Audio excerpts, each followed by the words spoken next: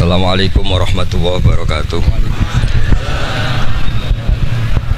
Rabbi shrah li sadri wa yassir li amri wahlul 'uqdatam min lisani yafqahu qawli. Allahumma shalli wa sallim barik ala sayyidina maulana Muhammadin wa ala alihi wa sahbihi ajmain. Amma ba'du.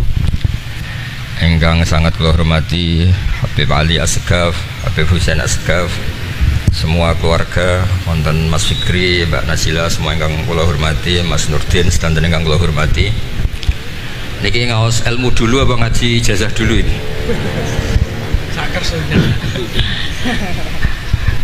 Ini kok malah aneh. Buat usah ribet. Buatan cek 1 2. Pakai ini aja, tidak usah ini aja.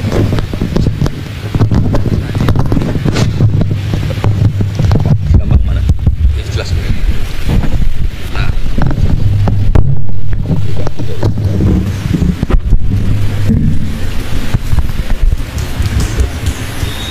Ya, niki ngaji ilmu dulu, nanti bagian terakhir ijazah. Bismillahirrahmanirrahim. Ini riwayatul Bukhari. Haddatsana Abdullah bin Yusuf, haddatsana Les, haddatsana Sa'id al-Maqburi an Nabi Hurairah radhiyallahu anhu qala an-nabiy sallallahu alaihi wasallam. Ma minal anbiya'i nabiyyun illa qad u'tiya minal ayat ma mithluhu amana alaihi al-bashar. Wa innama kana alladhi utituhu wahyan awhahu wa ilayya fa arju an akuna aktsarahum tabi'an yaumal qiyamah. Dados kita tahu semua nabi itu punya mukjizat, ya, semua nabi itu punya apa? Mukjizat. Mukjizat itu hal yang luar biasa yang memastikan manusia itu tidak bisa menyainginya atau menandinginya. Dan rata-rata mukjizat nabi dulu itu fisik. Misalnya ontanya Nabi Soleh itu kan onta tapi keluar dari batu, itu kan aneh, aneh sekali. Atau tongkat Nabi Musa bisa simsalabim mengeringkan laut apa? Merah. Semua Nabi itu punya mukjizat dan semuanya berbentuk fisik. Kecuali mukjizatul Rasulullah Shallallahu Alaihi Wasallam itu berupa Al-Quran. Al-Quran itu konsep ilmiah. Terus kata Rasulullah Shallallahu Alaihi Wasallam, tapi saya karena Quran itu justru berharap pengikutku besar dan sampai hari kiamat. Sekarang kita logika ya.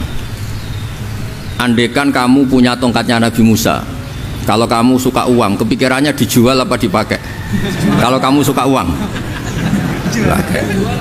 Kalau kamu ahli suudon itu pikirannya ndak, ini asli ndak. Karena yang melihat di Turki itu ya sebagian gitu. Kalau yang suka perdukunan itu bayangkan tuh miliknya. Mungkin dipakai ngakali orang atau apa, pokoknya bayangkan tuh miliknya. Kalau yang kolektor pikirannya itu nanti ini laku berapa. Tapi kalau peneliti mungkin pikirannya itu ini asli apa enggak? Bukti aslinya apa? Repot lah. Lagi pula kalau kamu punya utang terus mau apa? Istri kamu marah mau apa kalau pakai tongkat? Nah, beda dengan mukjizatnya Quran, itu semuanya apa? Ilmiah. Orang yang sedang harmonis dengan istri bisa pakai ayat di antara ayat-ayat Allah itu apa? Wa ja'ala bainakum mawaddatan warahmah. Nanti kalau ditakdir cerai, saya tidak menyarankan cerai. Kalau ditakdir cerai, itu masih dimotivasi sama Allah, wa iyatafarraqa yughnillahu kullam min sa'atih. Jika suami istri itu cerai, jangan-jangan suaminya dapat istri lebih baik, istrinya nanti dapat suami lebih baik. Jadi yang masa lalunya ada prahara. Kan banyak orang suaminya meninggal, ketika nikah lagi ditanya, kangen sama suami pertama, alhamdulillah ini lebih baik. Padahal suaminya yang meninggal itu berharap istrinya ini kangen, ternyata dia sudah syukur dapat suami yang lebih baik.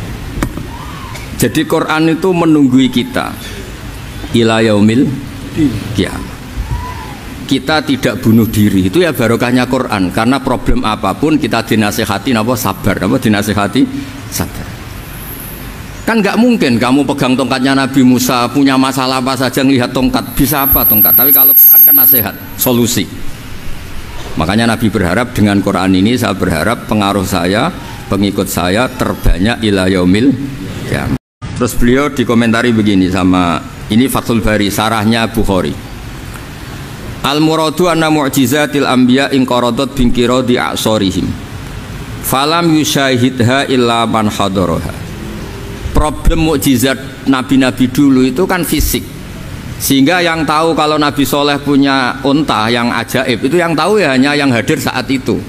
Yang tahu kalau tongkat Nabi Musa bertuah itu juga yang tahu hanya yang hadir saat itu. Selebihnya tahu tongkat ya di museum.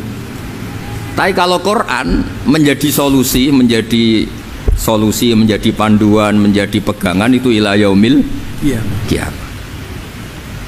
Kita beri contoh ya Quran panduan yang paling gampang misalnya begini. Dulu ini cerita ya. Dulu itu ada orang kafir cerdas namanya Jubair bin Mut'im. Itu saking pinternya dia, pinter juga tokoh. Itu sebagai delegasi pembebasan Asra Badrin. Jadi tawanan-tawanan perang Badar itu mulai dulu ya ada negosiasi mau dibebaskan. Terus orang-orang kafir ini menugaskan namanya Jubair bin siapa? Mut'im. Ini ada di Bukhari. Karena ini ngaji di Jakarta. Kalau orang nggak tahu hadis juga tanya ini sahih enggak itu. Wong nggak tahu kok tanya itu aneh-aneh. Padahal kalau dibodoni itu ya nggak tahu. Tapi ya tetap tanya hadisnya ini sahih enggak. Ini kata kiai apa kata nabi ini ya Riben. Memangnya kata nabi kamu dengar kan ya lewat kiai. Emang. Setelah itu Jubair itu datang ke Madinah. Dengerin ya, datang ke mana? Madinah. Kemudian dengar Nabi baca Wattur pas sholat maghrib. Jubair karena Nabi dulu gak ada hotel, gak ada pondok ya. Pondoknya Nabi hanya sufah itu. Nabi baca maghrib, bukan diskusi, bukan debat. Baca Wattur wa kitabi mastur firrokim mansur wal baitil ma'mur wasaqufil marfu wal bakhril masjur terus itu. Kemudian sampai pada titik ayat am khuliqu min ghairi syai'in. Masa manusia atau alam raya yang maujudat, yang nyata, yang wujud nyata. Kemudian asal usulnya itu ketiadaan. Ini kan hadhil alam maujud, alam ini kan nyata. Masa sesuatu yang nyata penciptanya itu tidak nyata. Jadi nggak mungkin ada faham nihilisme. Kalau faham nihilisme berarti melahirkan teori begini. Al adamu yakhluqu maujudan, sesuatu yang tidak ada menciptakan yang ada. Itu kan akal nggak bisa nerima. Kalau sesuatu ini ada, penciptanya pasti ada. Terus akhirnya Jubair bin Mut'im itu simpuh di depan Rasulullah terus bilang, ya Muhammad kada qalbi ayatir, hampir saja hati saya terbang. Kalau riwayatnya Imam Ahmad, faka'anna masudi qalbi, hati saya ini hancur. Semua teori yang saya bawa untuk melawan kamu sekarang luluh semua, hancur semua. Yang benar adalah teori Anda bahwa Tuhan itu satu dan Tuhan itu ada sebelum semua makhluk. Coba kalau Nabi Muhammad ada Jubair bin Mut'im terus menyembunyikan tongkat dekat mihrab, terus dilihat ini apa, paling pikirannya ini dari kayu apa, terus yang bentuk tongkat itu tukang pemahatnya siapa, kok kurang keren, kalau di Blitur gimana ya, kan malah panjang. Kira-kira kalau mukjizat itu dari tongkat itu malah panjang lah pokoknya, panjang. Lagi pula kamu coba kan nggak ngarah mandi, itu yang mandi kan nabinya bukan tongkatnya. Coba tongkatnya Nabi Musa dicoba anak-anak beki itu, dipakai mukul kucing aja tidak mesti mati itu. Jadi nggak jelas mukjizat-mukjizat seperti itu nggak. Tapi kalau Quran menunggui sampai saking hebatnya Quran, teori rasionalitas, soal kampanye di mana-mana, tingkat validitas, tingkat kebenaran Quran itu bahkan bisa diuji tanpa membuktikan. Tanpa apa? Membuktikan. Cukup pakai akal. Saya tidak bosan-bosan cerita ini karena ini khazanah kita.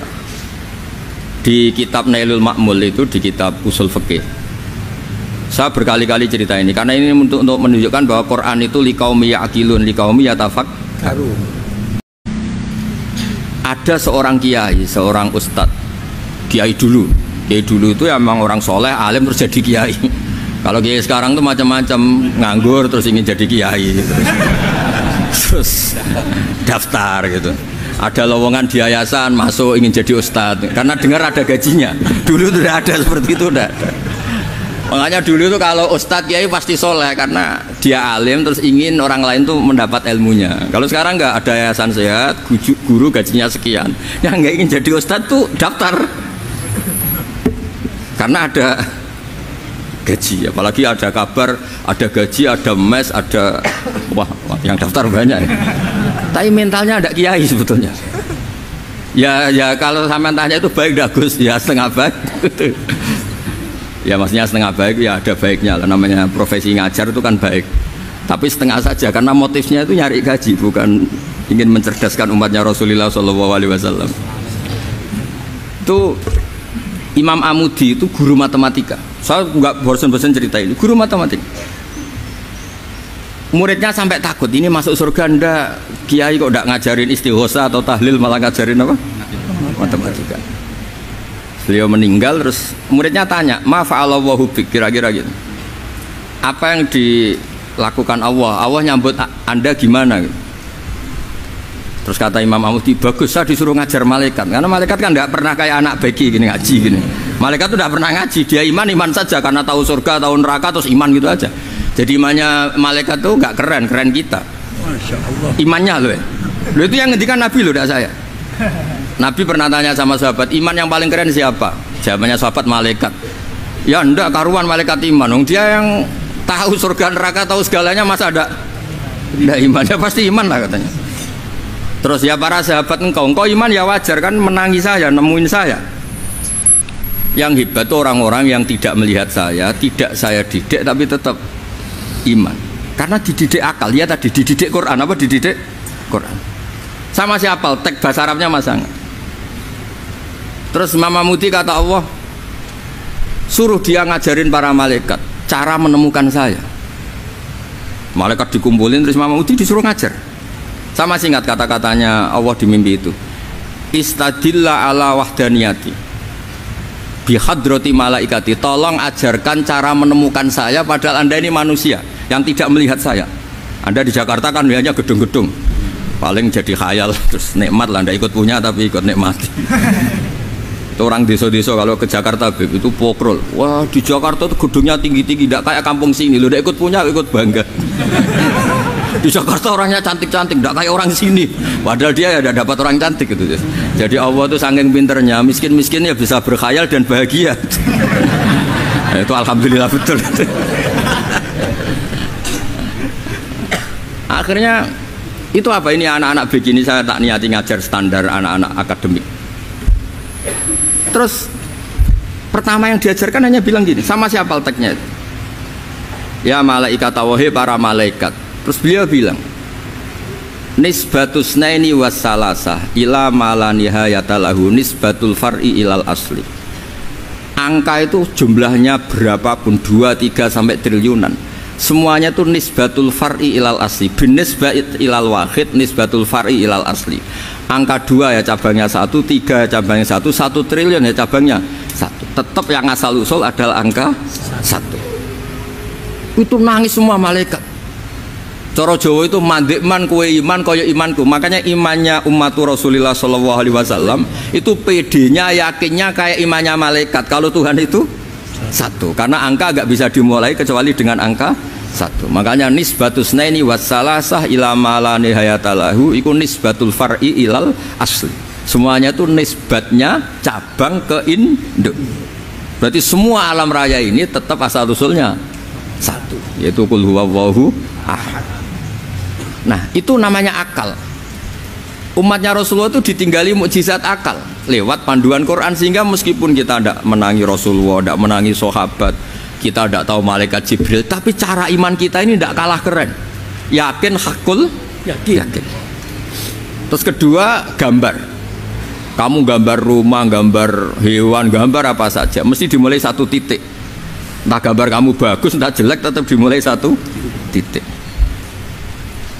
Nah titik ini namanya nuqtatul wujud. Semua alam raya dimulai dari 1 titik, yaitu nuqtatil wujud. Makanya Quran dimulai bismillah, dan bismillah itu dipilih sama Allah pakai pertama ba itu ada titik. Itu kata semua ulama, itu titik itu singkatan dari bi kana makana wa bi yakunu mayakun. Karena saya semuanya ada. Bi itu karena saya. Jadi makanya santri-santri beki tidak usah bayangkan kamu jadi wali terus bisa terbang ke Mekah, tidak usah. Kalau terbang ke Mekah ya sudah umroh aja bayar, kalau enggak ya maklaran KBH atau apa, pokoknya cari gratis itu. Ya gratis kan, dapat orang 10 gratis 1, terus orang enggak umroh-umroh dirayu-rayu supaya umroh. Repot. Itu pelanggaran fikih itu. Kalau orang punya utang itu wajibnya nyaur utang dulu gitu.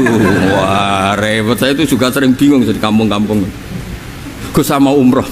Kenapa? Dapat gratisan, Gus. Minta uang saja buat nyaur utang, nggak boleh, Gus.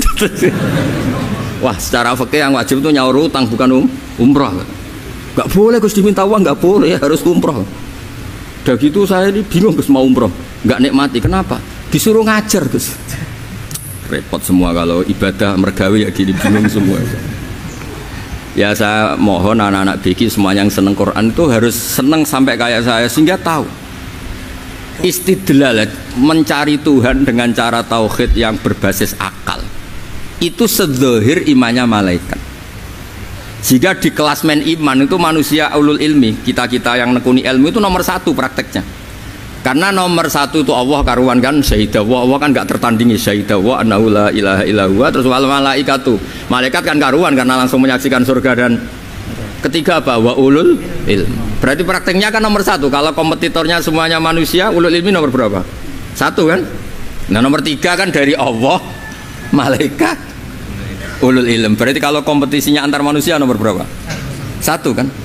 Nah kenapa ulul ilmi di nomor tiga kan tapi dari Allah, malaikat, ulul? Kerennya kayak apa? Karena cara iman ulul ilmi itu nggak ada ragunya sama sekali. Kamu ragu nggak kalau dua itu cabang dari satu, asalnya satu? Nggak pernah kan ragu kan? Semua gambar seruat apapun dimulai dari satu titik, ragu nggak? Nggak kan? Nah imannya umatnya Nabi karena dipandu oleh Quran itu seyakin itu, sehakul yakin itu. Nah itu terus Jubair bin Mut'im jadi iman. Am khuliqu min ghairi syai'in am humul khaliq. Terus kata Allah lagi, kalau kamu tidak percaya saya yang bikin langit bumi ya gampang dong, kamu saja yang ngomong kalau kamu yang bikin. Paling orang sepakat kamu stres. Terus hanya ayat gitu, am khalaqus samawati wal ard. Kalau kamu tidak yakin Allah yang bikin ya silakan Anda klaim saja kalau kamu yang bikin langit bumi. Bala yuqinun. Kamu juga gak mau kan dibilang stres. Nah ini terus saya teruskan ya. Makanya mukjizat terbesarnya Nabi adalah Al-Quran. Karena Al-Quran itu cerita tentang hukum-hukum akal, cerita tentang logika-logika peradaban. Misalnya logika peradaban, contoh paling gampang. Di Quran itu ada sekian ayat yang Allah cerita peradaban. Misalnya wa ahsinu innallaha yuhibbul muhsinin. Itu dikutip terus kemudian disimpulkan dalam peradaban. Kata Sayyidina Ali karramallahu wajhah ngendikannya gampang. Ahsin man syi'ta takun amirah. Kamu berbuat baik saja sama seseorang, maka otomatis kamu akan jadi pemimpinnya. Ada orang nggak tamat SD, nggak tamat papa, gobloknya minta ampun. Tapi karena gaji seorang pakar, oh kamu tak gaji 1 bulan 1 miliar, perusahaan saya jadikan besar. Oh, itu dikongkan ngalor ngidul ya nurut. Hanya karena dia ihsan. Terus wastaghni amman syi'ta takun nadhira. Ya, saya ulang lagi. Wastaghni amman syi'ta takun nadhira. Dan kamu jangan butuh orang lain, siapapun dia, maka kamu akan setara. Misalnya ada menteri orang antri mau salim, tapi kamu tidak butuh kan tenang saja. Tapi kalau kamu butuh, habis kamu. Ya kan, kamu tidak butuh seseorang, maka kamu posisinya akan setara. Kamu harus sopan karena punya utang jasa. Kalau nggak punya apa-apa kan setara. Ya enggak? Misalnya kamu jajar rektor atau jajar menteri, jajar apa saja. Kalau kamu tidak punya utang kan, kamu jajar menteri tidak punya utang. Sama jajar satpam tapi punya utang, takut mana?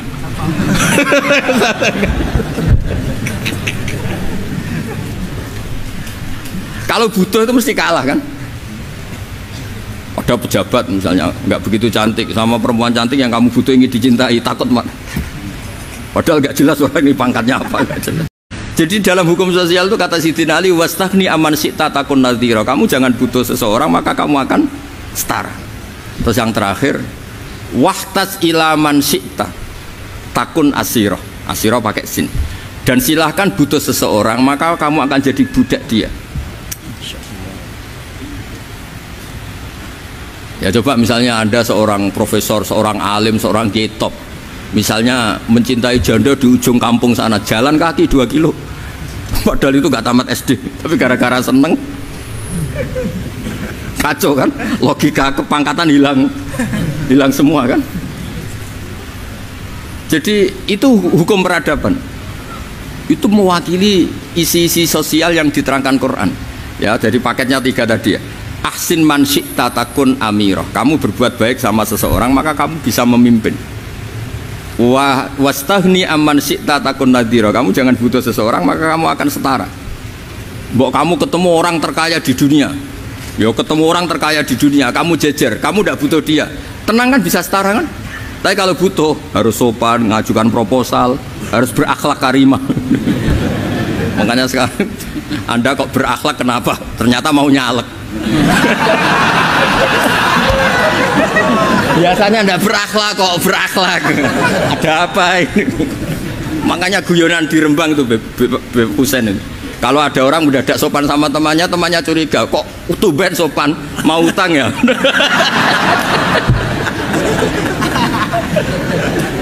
Zaman akhir itu kacau.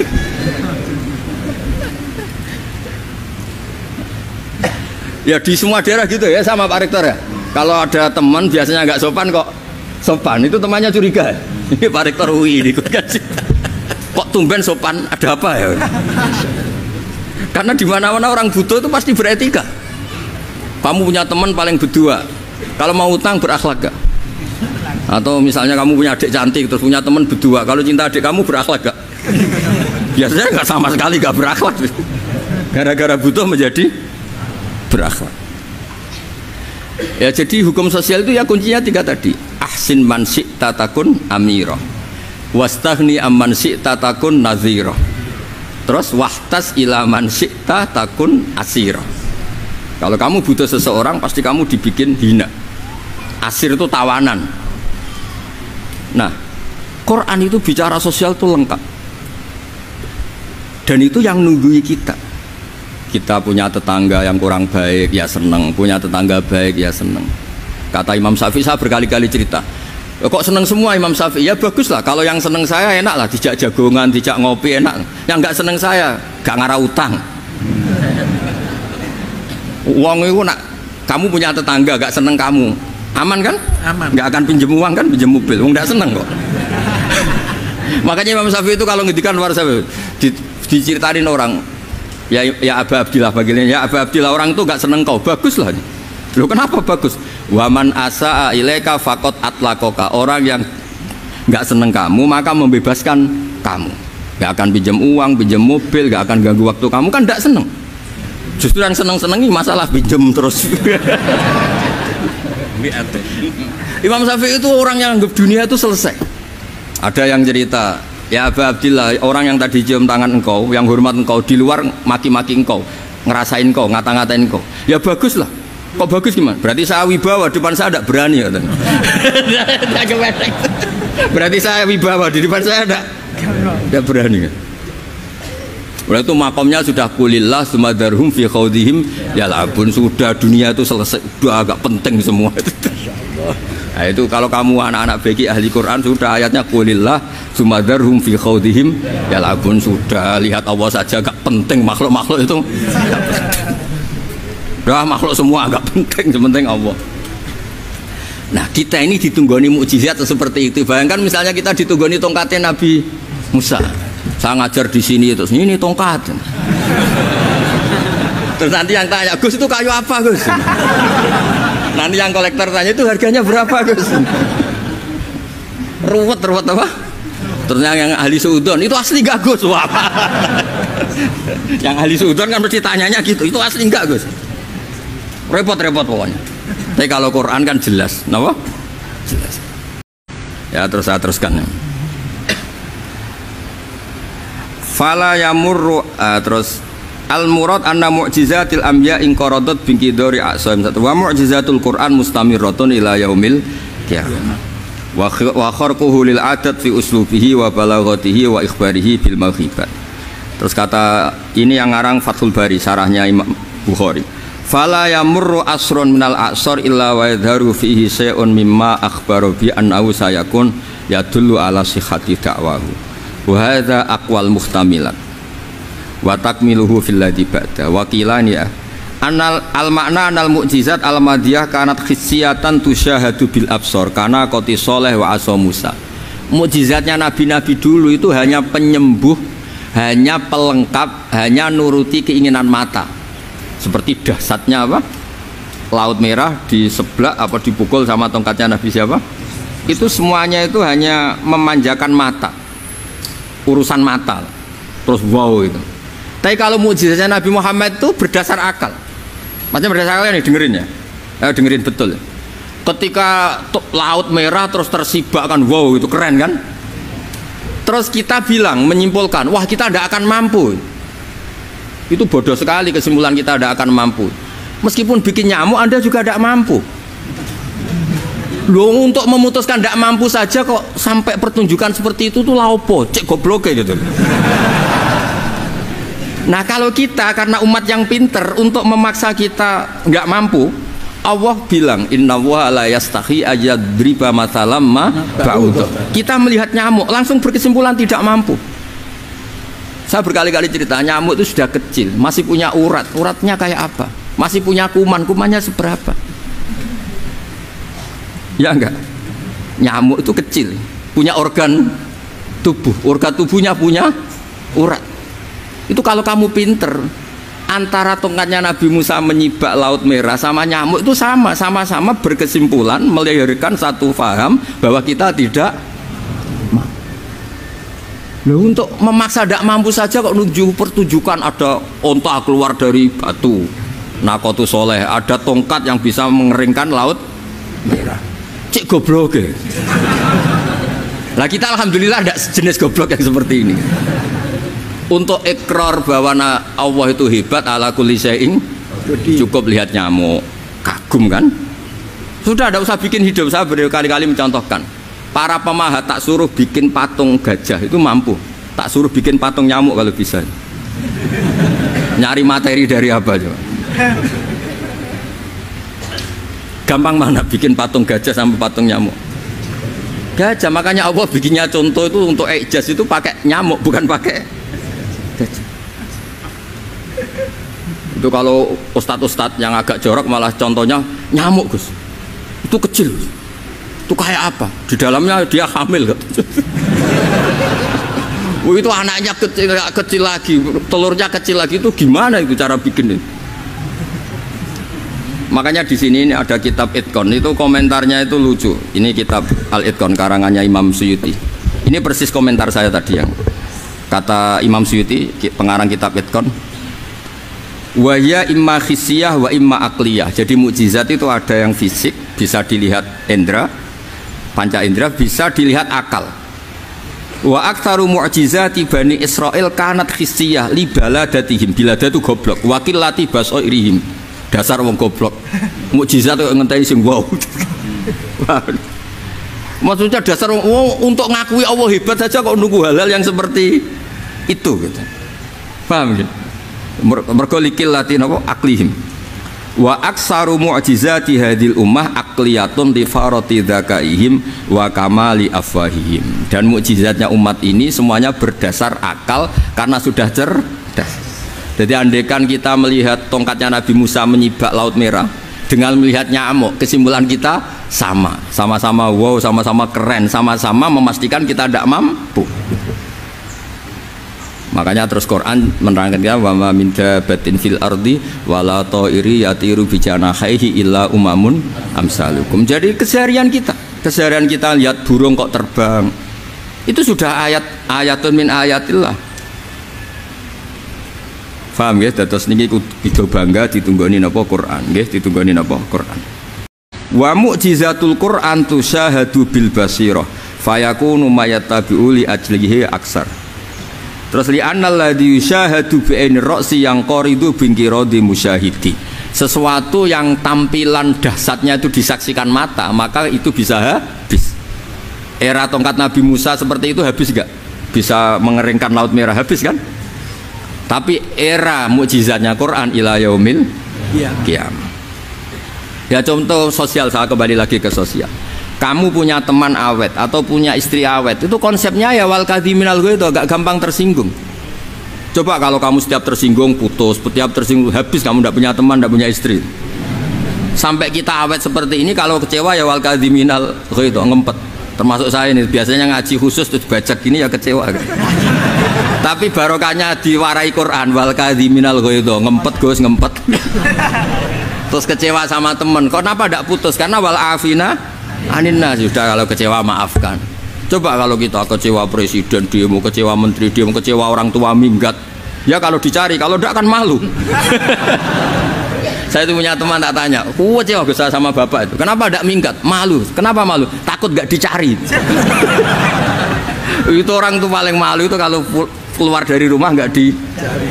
Saya punya teman lagi, saya ini takut mati Gus. Kenapa? Takut istri saya tidak nangis Gus. Itu kematian terburuk itu kalau sudah mati, tahu istrinya tidak nangis. Itu malu betul itu. Makanya jangan mati. Pokoknya pastikan orang sekeliling Anda nangis itu baru berani mati. Kalau tidak jangan. Ya, jadi mukjizatnya Nabi itu luar biasa.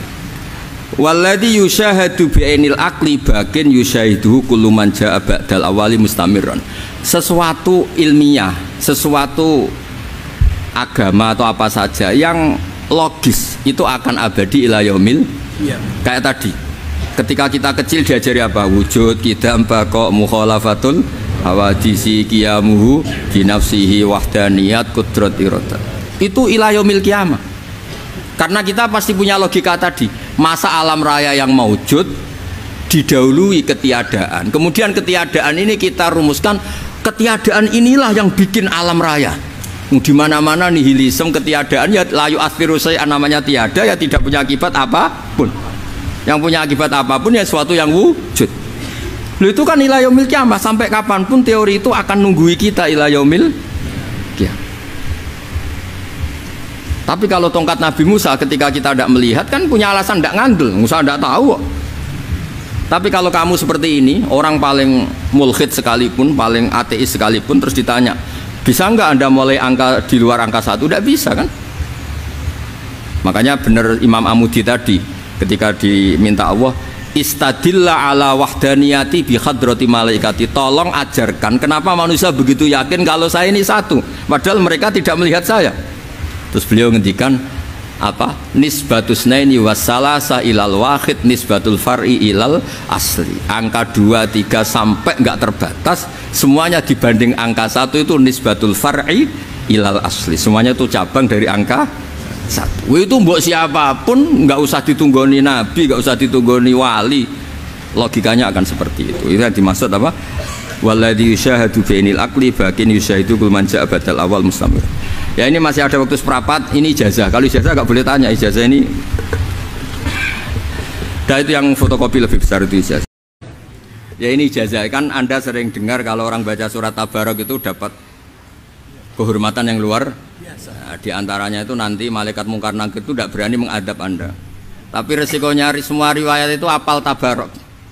Mau saya carikan yang kulhu belum ketemu. Kalau Tabarok kan agak panjang ya. Berapa itu? 2 halaman ya? 2 halaman lebih. 2 halaman lebih ya? 30. Udah mikir kan kamu udah. Ya, saya baca yang tulisan besar-besar ini cerita riwayat. Ada orang fasik meninggal. Fasik itu ya agak-agak berdua itu ya, meninggal. Meninggal karena protap. SOP-nya mungkar nakir itu kan pokoknya ketemu orang salah suruh mukul gitu aja. Pokoknya main pukul aja. Mungkar nakir itu hobinya mukul. Dia ada punya hobi nyogati tamu, memang dia nggak bisa hormat, monggo didari itu nggak bisa. Malaikat itu kan sesuai tugas, nggak bisa dia malaikat didalili fal yukrim doifahu, terus ada tamu, jenengan dari beki, monggo dariin, nggak bisa. Pokoknya disuruh mukul. Nah, pas mau dipukul itu, karena dia fasik berdua itu, pas mau dipukul ternyata dia itu hafal sholat Tabarok. Singkat cerita surat Tabarok terus menjelma jadi apalah, pokoknya menjelma jadi makhluk yang bisa bicara. Kamu mukul dia, berarti mukul saya. Wah, ya saya tidak berani mukul kamu kan kita buah. Saya hanya mukul orang ini. Ya tapi saya di dalamnya, kalau mukul dia kena saya. Tapi saya tidak berani sama kamu karena kamu kita buah, gampang tuh, kalau nggak berani ya tidak usah pukul katanya. Terus kata si malaikat ini masih balilo saja. Tapi kamu orang fasik harus saya pukul. Kata Qur'annya, tapi saya di dalamnya kena saya, itu debat terus itu. Terus debat terus akhirnya ya sudah lapor ke Allah. Lapor ke Allah terus kata surat Tabarok, ya Allah, Jika saya tidak ada gunanya dan tidak bisa mensyafaati orang yang hafal saya, mendingan saya tidak usah sebagai kitab buka, tidak usah kalam muka, nggak keren blas. Karena tidak bisa nyafaati itu. Terus kata Allah, udah syafaat, sudah, nggak usah dipukul, nggak usah. Intinya yang hafal surat Tabarok itu nanti aman dari pukulan siapa? Munkar Nakir. Itu ada sanadnya, ini di tafsir Ibnu Katsir. Ya, di tafsir apa? Ibnu Katsir. Ya nanti cari sendiri, ini tak bantu. Yang tulisan besar-besar tak apa. Jadi waktunya tinggal 1/4. Ya nanti habis ini tanya jawab, suruh jawab yang ini Pak Nurdin ya. Enggak jelas. Kok bisanya bikin acara tanya jawab, yang nyuruh itu siapa? Wah, sangat tidak berakhlak.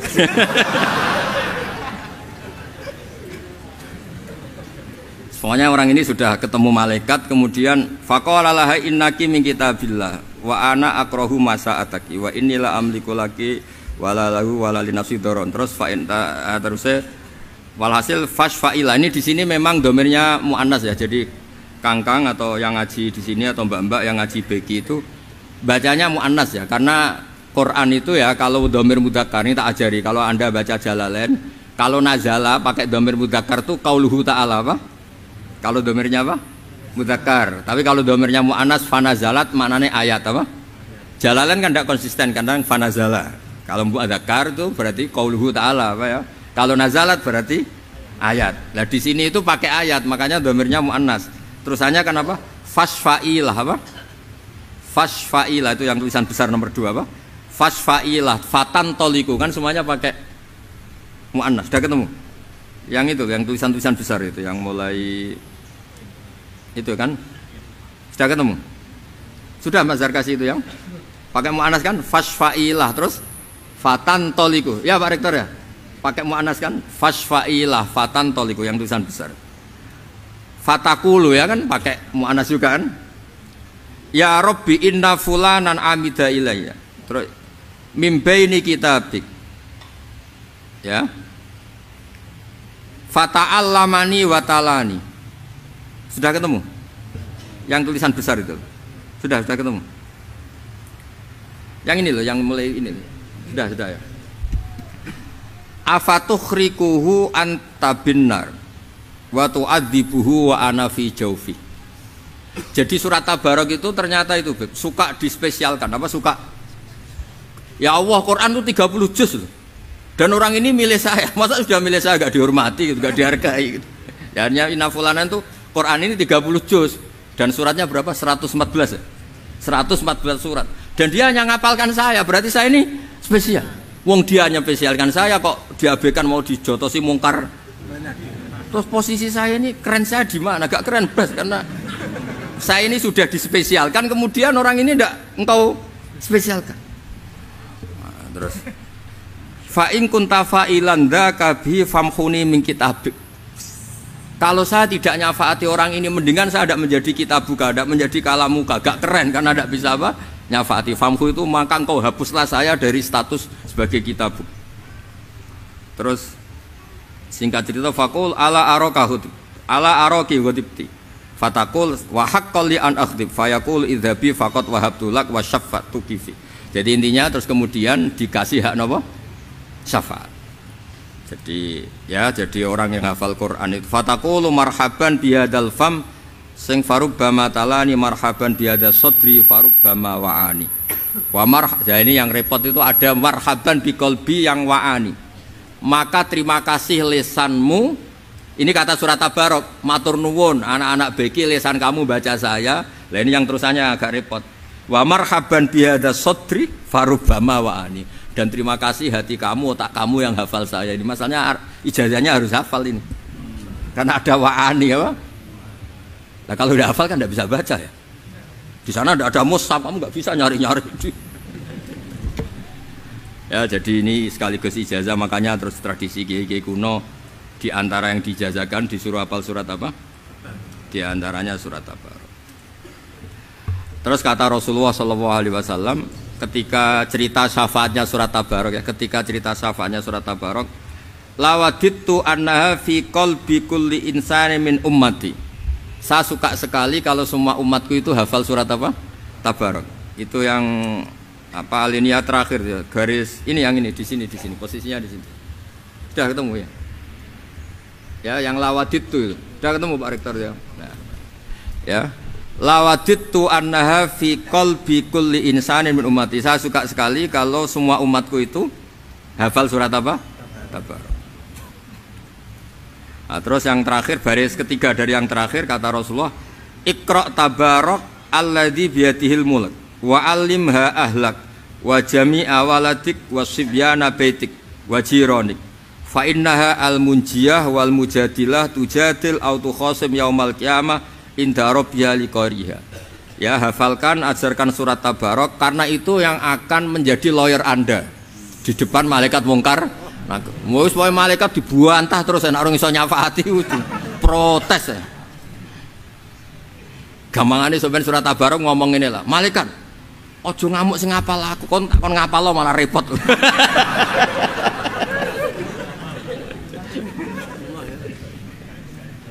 Itu kan ada guru tauhid yang ngajar tauhid di Madin. Kan ditanya malaikat, "Marabbuka wa man nabiyuka?" sak terus.